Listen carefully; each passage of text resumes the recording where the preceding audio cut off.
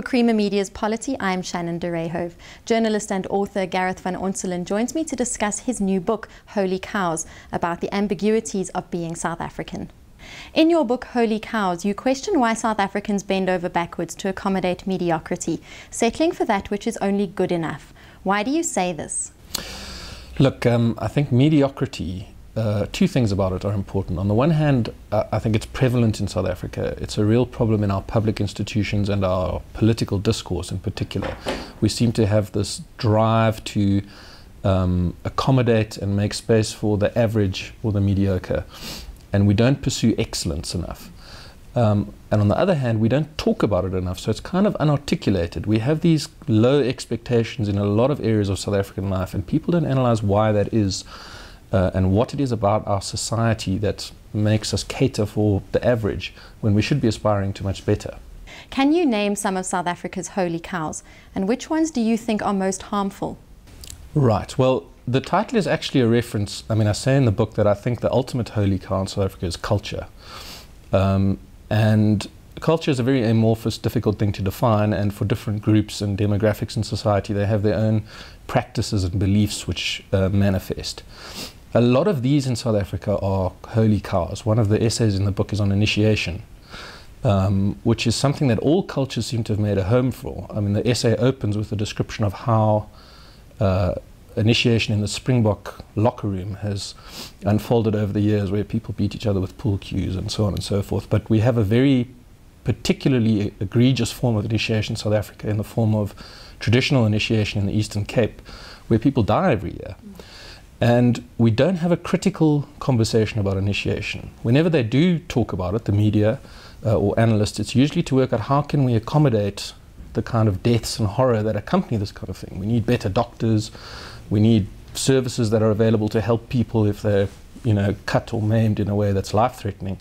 But no one actually says, is initiation itself a good idea? Is the practice itself something we want society to aspire to? And it's a kind of a myth, initiation, that it's something that's necessary or good, and I think if you interrogate it, it's actually got a lot of problems inherent to it.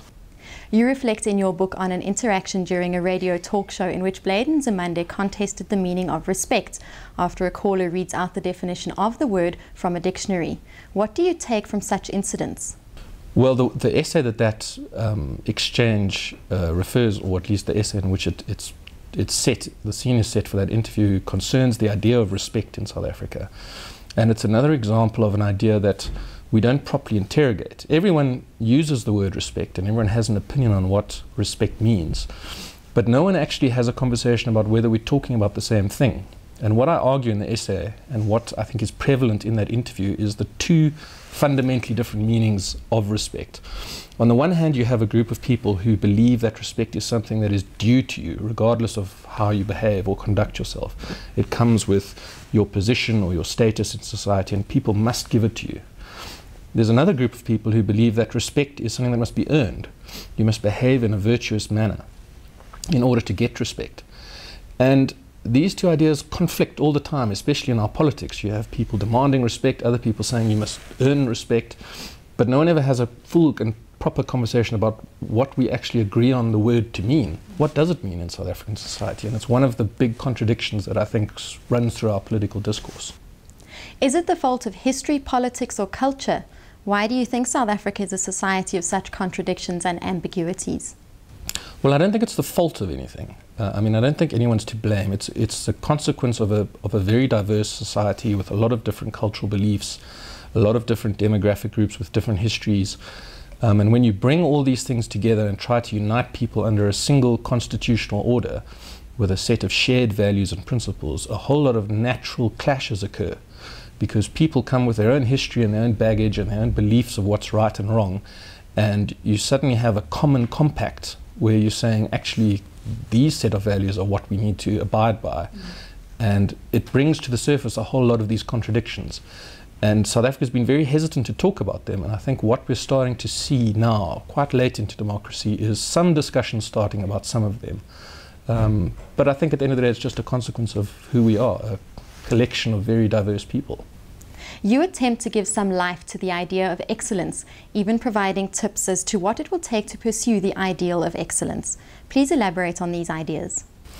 Right. Well, I thought it would be a bit amiss to just have an essay which analyzes why we're such a mediocrity, instead of offering a counter to that, which would be what is excellence, why is it valuable, how does it work. So it's actually a very short, I've called it a coda, which is like the closing sequence to an opera.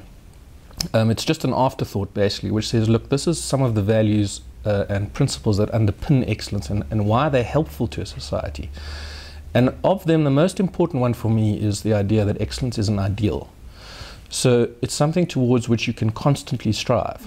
And that's something anyone can do in any aspect of society. It's not necessarily in achieving an excellent outcome, although that's obviously what people aim towards. It's actually the pursuit of excellence, that your attitude and behavior on a day-to-day basis is to try and be the best, to try and constantly raise the bar. And if a society embraces that kind of attitude, it's how you guarantee progress. It's how institutions get better. It's how innovation is generated, because in order to get better, you have to come up with new and better ideas. And a society that embraces excellence has all these attributes. It's constantly aspiring to be better. It doesn't settle for low standards. It's constantly setting the bar higher. And people are much more idealistic. They have better goals and outcomes. And I think it's a discussion. We don't talk about excellence just as we don't talk about mediocrity. And I think it's a conversation worth having. What do you hope readers will take from your latest book? Are there any lessons you hope to impart through it? I'm not sure if there are any lessons in it. Maybe there are some that are some implicit ones. But at the end of the day, it's a starting point for a conversation. I mean, some of these essays are quite provocative. I hope they are. Some of them are just stories, which are hopefully interesting in their telling. I've tried to make some of them quite funny. Some of them are perhaps a bit more melancholy. But at the end of the day, you want people to think about things they haven't thought about before. So I hope some of them are original and they get people to think about stuff they haven't engaged with before or recognized as existing in society. Yeah, essentially it's a discussion point, and I hope it starts other conversations. How would you respond if people said they could discern strains of American political satirist P.J. O'Rourke in your writing? Do you think that South Africa is ready for your brand of acerbic wit? Have people said that?